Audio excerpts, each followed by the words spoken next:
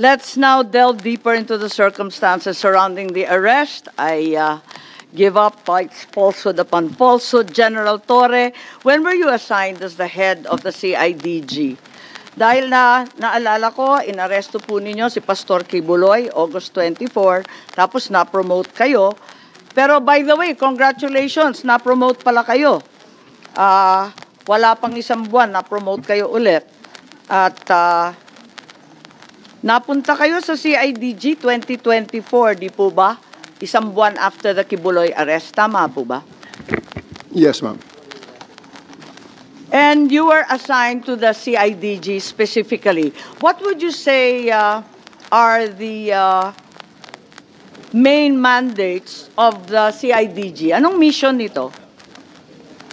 We're the lead investigating unit of the PNP on matters delving on major crimes and those involving economic sabotage and other sensational cases that may be assigned by the Chief of the Philippine National Police. So, to reiterate, it's monitoring, investigation, and prosecution of all crimes related to economic sabotage and other crimes of such magnitude to the extent that they're commissioned by highly placed or professional criminal syndicates are involved. Tama po ba yun? Yes, ma'am. That is your mission. That's the general mission, ma'am. Yes. And part of the CID mission as well is to investigate major violations of the revised penal code, right? Yes, ma'am. Okay, so the CIDG is largely the elite investigation arm of the PNP, is that correct? Yes, ma'am. Criminal Investigation and Detection Group, tama? Yes, ma'am. Kung ganon, yung pag-aaresto ng high-profile persons katulad ni PRRD, kasama sa core function ninyo, investigasyon pa rin ba yun? Implementation of warrants is part of the CIDG's mandate, ma'am. Yes, but it's the after effect. It's not the core function. Bakit kayo naging lead? Kitang-kita naman, nung March 11, not only was the CIDG involved in the arrest, kayo pa rin yung lead sa operation. Yes, We can clearly see na kayo ang pinakamataas. You were the highest ranking member of the PNP in many of the videos. I was directed by the Chief of the Philippine National Police, ma'am. Yes, perhaps our Chief PNP can explain bakit yung CIDG ang naging lead. Samantalang investigasyon ang dapat mission nila. Ma'am, I just want to, yun sa background po natin, yun sa PNP po, ang Interpol PCTC ang dalawa lang po pinapadala niya, no?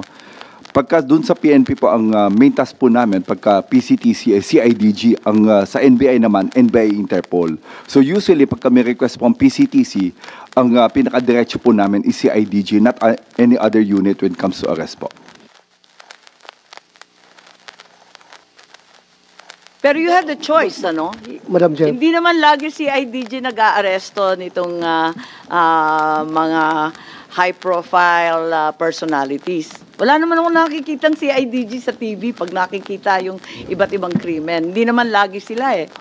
Ma'am, when it comes to the request of the PCTC, ang tasking po is always sa CIDG po. Yun po yung ano natin sa PCTC. Ang binanggit ni Executive Director ay yung NBI.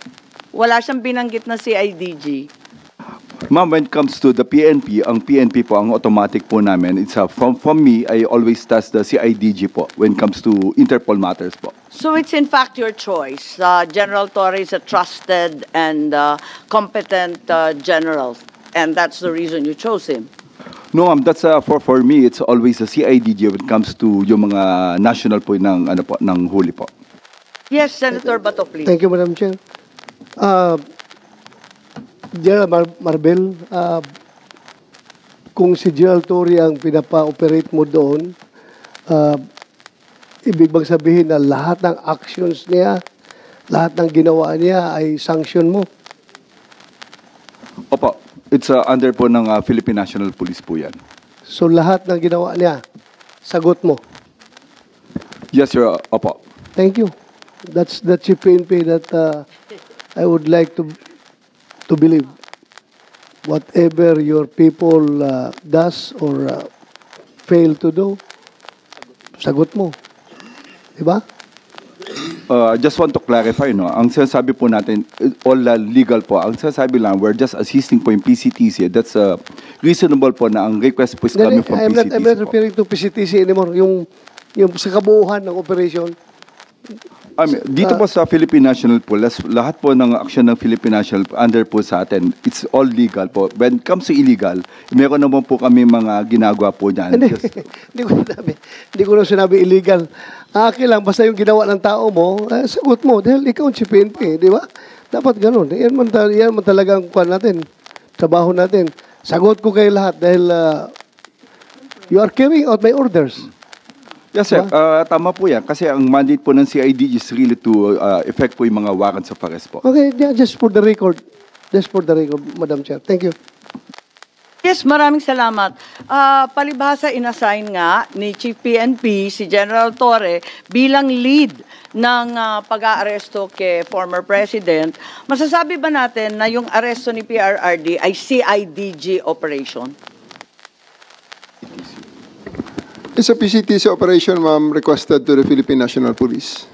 Pero kayo ang lead. So ikaw ang masasabi natin. Kitang-kita naman doon sa video, kayo nagmamando, sangkatutak yung pulis, pero kayo yung pinakamataasang rango. Pagkatapos, talagang CIDG operation ng labas. Tama ba yun? Sa level, ma'am, ng implementation ng orders, pagbigay ng mission, that is led by me, supported by the other units of the Philippine National Police, as directed by the Chief of the Philippine National Police. That's right, but I did not see any other higher-ranking generals than you. You were the only one there. You were clearly the one leading the pack and determining what would happen next. Baka hindi lang siguro, ma'am, na nakikita ang ibang high-ranking officers doon sapagkat nakamix ang Sinabi mo nga, kanilang... Nick, na you said that oh, sir, ako ang pinakamataas dito. Yes, sir. I'm two-star, di ba? Yes, sir. Oh, so you stick to that. Pero meron, sir, mga matataas na official Oh, doon, pero sir. ikaw, At sinabi together mo with me, lahat. sir,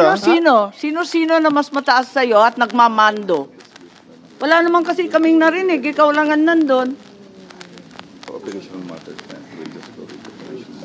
Wala namang masama kung ikaw ang inassign. Di syempre, gagampanan mo, di ba? We are under the direction of the Chief PNP. He was there personally. Ang pag-implement lang, sir, ng actual arrest ay ang aking ginawa, and I operated under that direction to ensure the proper service of the warrant, the observation of the law, protection of the arrested person, and ensuring his safe delivery Okay lang. sa kung saan man siya pinapadala sa akin. So, ma'am. simple lang. Was it a CIDG operation? Yes or no lang po? Para No, ma'am. maliwanag That's a PNP operation. CIDG bahagi naman ng PNP, pero sa dinami-dami ng division, sa dinami-dami ng pangkat sa PNP, CIDG ang pinili ng Chief PNP na maglulunsad nito. Tama po ba? That is an operation, composite operation. That is an operation headed by a composite team of the PNP, led by the director of the CIDG, ma'am. So, who give the orders The to chief. have President Duterte transported to The Hague? Sino nagbigay sa'yo ng order?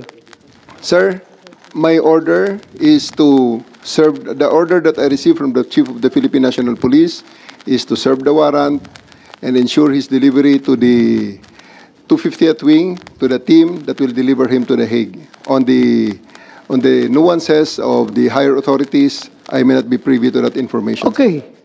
Hanggang doon lang sa 250. Sino nagpadala sa kanya sa aeroplano?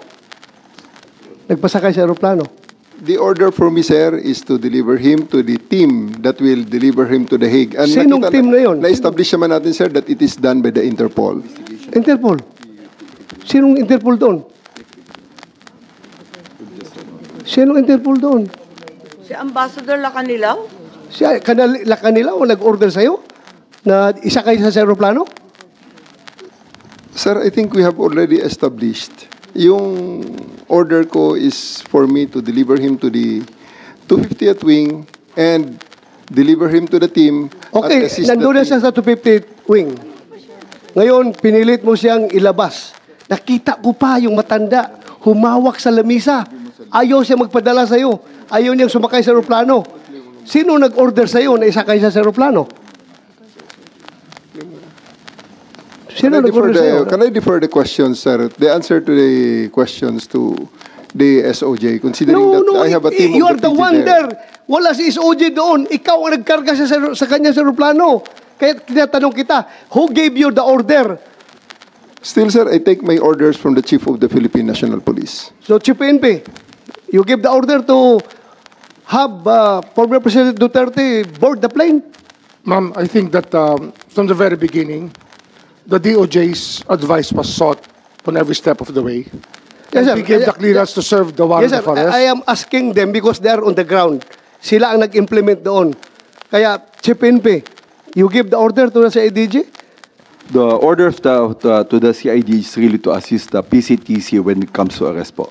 So, sino nagbigay ng order kay General Torre na ipasakay sa aeroplano?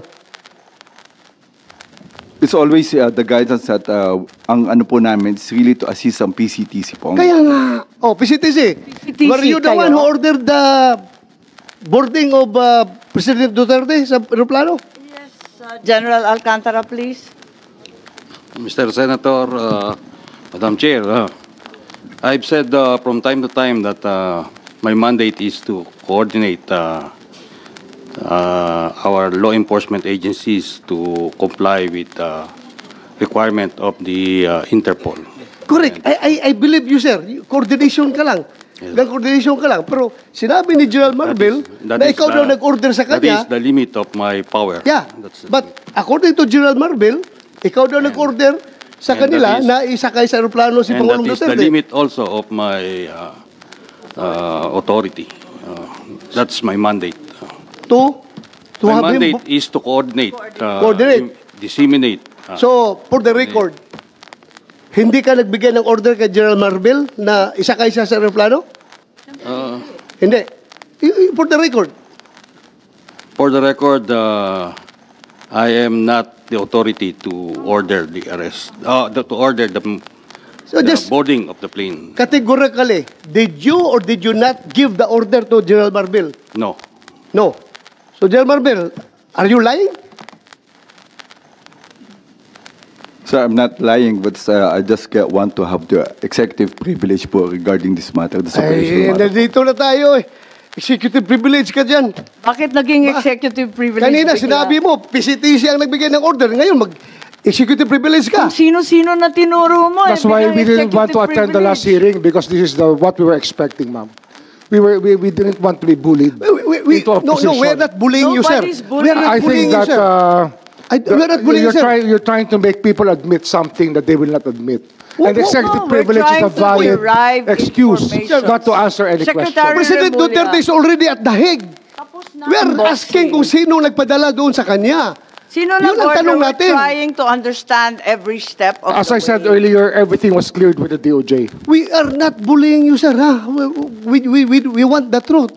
That's why if we So, try sir- to make a person admit something that should not be admitted, it means that there is something more to it, which is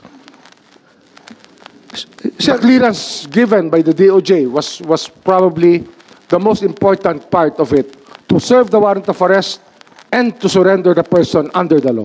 I'm sorry, Secretary Remulla. I recall that General Torre, nagbigay siya ng interview na sinabi niya, bigyan lang ako ng eroplano. Ako nang bahala dyan. Tama po ba? Yung nabasa ko, na sinabi niyo, ako nang bahala, basta bigyan ako ng eroplano. Nabasa po namin sa media, fake news po ba yun o hindi? Kasi kailangan niyo po talaga siyang ilipad sa daigdig. General Torre, Please panoorin ninyo, nandyan, arrest him, bring him to the Hague, yun lang. Pakita lang. So paano po General ibinabasa Torre. inyo ni PNP Chief Marbil na how did he say that to you? Na no matter what, we need to fly the former president to the Hague and we need to implement the ICC arrest warrant. Arrest him and bring him to the Hague. Yun na. Simple as that. Arrest him and bring him to the Hague. Sagot ko lang, sir, bigyan mo ko aeroplano. O di ayos. And then the rest, you planned everything. Matagal na yun eh. Ang plano na yan, matagal na yan. Hindi yan spur of the moment eh. Matagal na yan. And nagkataon lang na talagang yun, the opportunity arose. So Secretary Remulla, nagpa-interview na si General Torre. We're not bullying him. He voluntarily gave this interview. And like many of our countrymen, napanood namin. Sinabi niya na siya talaga. Paano ba yun? Sino nag-utos sa kanya? Ano nga yan, ma'am? Sabi ko nga, clear namin lahat yan. Kasi they were asking me the Nino po legalities. ninyo, Even if I was clear. abroad, my advice was being sought. And I gave them the advice. That, So kayo number ang one, nag-utos? serve the warrant of arrest. And number two, surrender him to the Hague. That's what the law provides. So, sir, you're the one giving the orders. Well, in some ways, because I gave them the legal basis for all the actions that happened. So, you're the one giving the orders. If I have to be the one, then if I am the one No, sir. that is referred to, I will admit it. Kasi that I gave the clearances to number one, serve the warrant of arrest as I saw it, as I deemed fit, and number two, to fly him to the Hague to be surrendered under Section 17 of Republic Act 9851. And that is, I caused this through my brother, Yes, who is sir. the Secretary of the Interior and Local Government. Sir, giving orders is different from giving clearance. Laruin natin ito. Well, Ang tinatanong ko is, sinong nag-utos? Because PNP is a uniform organization. Hindi yan gagalaw kung wala mag-uutos. Ang tinatanong namin ng committee, sino nag-uutos? Ikaw sabi mo, you're the one giving the clearance. Ngayon, ina-admit mo na parang sinasabi mo na kung gano'n man lang, ako na nagbibigay ng orders. So, nalalabuan ako doon. Kasi sabi mo, nagki-clearance, nagbibigay ka ng clearance sa kanila. Sa kanilang ginagawa, kasi every step ano of yan the way. it's a crisis management time. Kailangan maklear lahat. Dapat malinaw mag-isip yung mga taong kasama sa nasabihan usapan. mo na ahead of time. Na-clear na lahat yan. Tinatanong nila sa akin kung ano nga. Ang sinabi ko talaga dyan, number one, you can serve the warrant. And number two, Hague. Surrender him to the Hague under the law. So- That is what the law provides. So ang ibig sabihin, nalaman na ninyo na may warrant bago pa umabot yung March 11, 3 a.m. na sinasabi? Hindi po. Nalaman may clearance ko, na unang-una, before sasabihin ko March sa inyo, 11. nalaman ko po na mayroong problema nung March 9, ako po yung nasa airport at sinasabi sa akin, mukhang may mga chismis na mayroong warrant. So balik tayo sa Pero chismis mo yun. Kung alam ko kung totoo yun, hindi na po ako lumipad. I would have stayed here. Pero I had to fly because I had a commitment So nautusan ninyo ng March with the 9? UNODC. So nautusan ninyo ng March 9 si PNP Chief? Hindi ho. Martil? Nung dumating po yung warrant, yung diffusion order, pinadala po sa akin yan. Siyempre, ang technology naman, nasa Vienna po ako, kahit iba yung oras. Nung nakita ko po yung diffusion order, sabi ko, that's valid. You can serve it. Tsaka may warrant na kasama kasi yun eh. May warrant po kasama na pinadala sa akin eh. Sabi ko, it's a valid warrant. Akala ko yung diffusion hindi warrant. Bakit Hindi ba, bumalik may na kasama naman ko tayo sa warrant unang yun. usapin? It had an accompanying warrant which was given to me. And that warrant which was the one that was served to the former president.